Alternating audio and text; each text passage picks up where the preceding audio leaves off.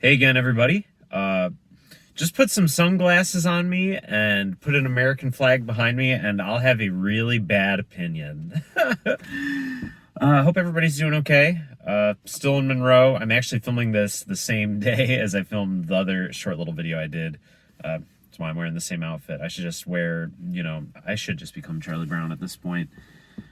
But I'm talking today, trying something a little new. I am going to be seeing Guy Ritchie's The Covenant, starring Jake Gyllenhaal at the Mall of Monroe, Phoenix Theaters. Shout out to Phoenix Theaters. The Mall of Monroe used to be known as Frenchtown Square Mall, but I think the movie theater is honestly like the one consistent thing that has stayed over the years. It's a great movie theater, honestly. Like I was definitely pretty spoiled growing up here and like going to see movies at the Phoenix, or it used to be a Regal before it was the Phoenix, and now it is Phoenix Theaters Encore at the Mall of Monroe in Monroe, Michigan. Uh, I've always liked coming back to my hometown and visiting. It's so crazy. When I was, in high school, I remember vividly thinking like, God, I want to get the fuck out of here. I never want to come back here again. And now I really appreciate coming back. It's crazy how life does that sometimes. Anyway, I won't be filming inside the movie theater for obvious reasons, but I'll come back out and give some thoughts, just kind of like car talk style. So I'll meet back up with you guys once the movie's over. Later. And thanks to the magic of editing, we're back. All right, just got out of Guy Ritchie's The Covenant. It reminded me a lot of the remake of All Quiet on the Western Front, in a way. Although, I think I liked this better than I liked All Quiet on the Western Front, where All Quiet on the Western Front, I think, kind of missed the mark in terms of its messaging. I thought Guy Ritchie's The Covenant had a really powerful call to action at the end of the film about how, we should help interpreters that helped the United States during the War on Terror campaign. I think that's something very noble and something very good, even though I think the movie does glorify violence, like a lot of pro-war films do.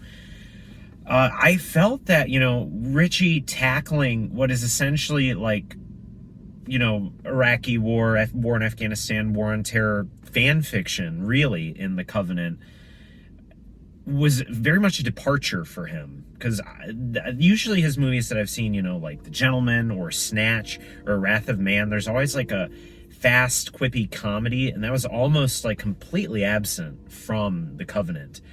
I almost wonder if The Covenant maybe went through a couple of like problems with the title of the film, just because The Covenant is, very kind of like a bond, a pledge, like it says, right before the end credits, but it just feels kind of vague. I'm wondering if it should have been called something else, or if, maybe there was some issues with rights or something like that.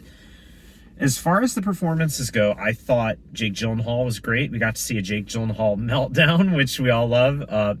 Dar Salim, who plays Ahmed, the interpreter, was really fantastic. I thought he was probably my favorite performance in the film. Of course, Anthony Starr, who everyone loves from The Boys, was really good as well.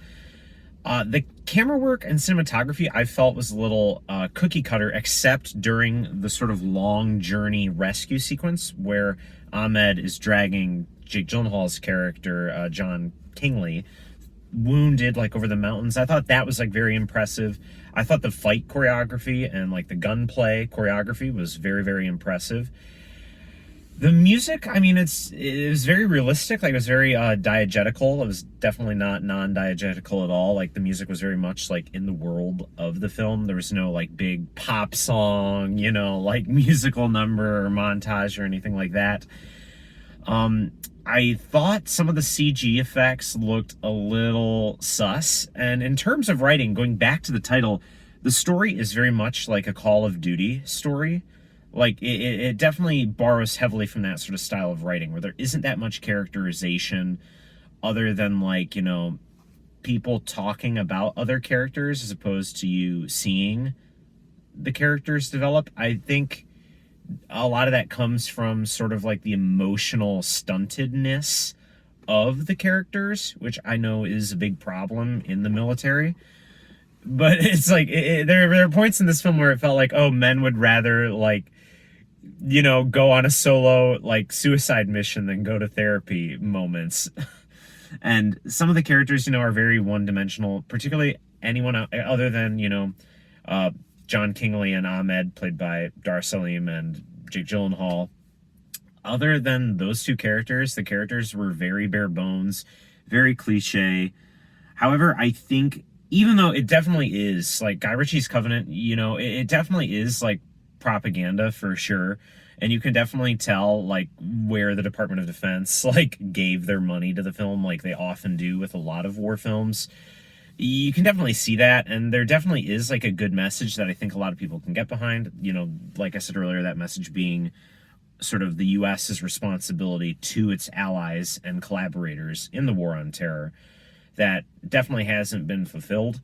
And I think, you know, there are some personal moments to the film. Like, I think Guy Ritchie wouldn't have gone out of his way to, like, write or make this if he hadn't been, you know, deeply affected by the fall of Afghanistan back into Taliban hands, which I think a lot of people were. So I do applaud him for that. However, I think overall, even though the movie is entertaining and it does have, like, a hook, for those of you who've seen the movie, you know the hook monologue, and that's what I'm referencing. Anyway, I think it's a good film. It's an entertaining film. Was it for me? Not really. I would give it, you know, a 6 out of 10. Like, that's what I'm going to give it. It's a strong 6 out of 10. It's very well crafted, but I don't know if there's that much heart or thought behind it other than having a really powerful message that, like, it kind of, you know, gunned for. Which, you know, I can respect. And, you know, it seems, you know, like I said, I was impressed with a lot of the technical aspects of the film, even if the writing and a lot of the acting was a little lacking. So if you like a good action movie or like a good war on terror movie, you know, it's no different than like, say, Lone Survivor or something like that. If any of that seems interesting to you, give this a watch. I'll be posting my Letterboxd review as soon as I get home from this. By the time this video goes up, I will probably be, I'll probably be back in Illinois, and the Letterboxd written review will be up, but this will be up. This little, like, car thoughts on Guy Ritchie's The Covenant will be up after. So, thanks again, everybody. I hope you all have a safe day. Take it easy, guys. Bye.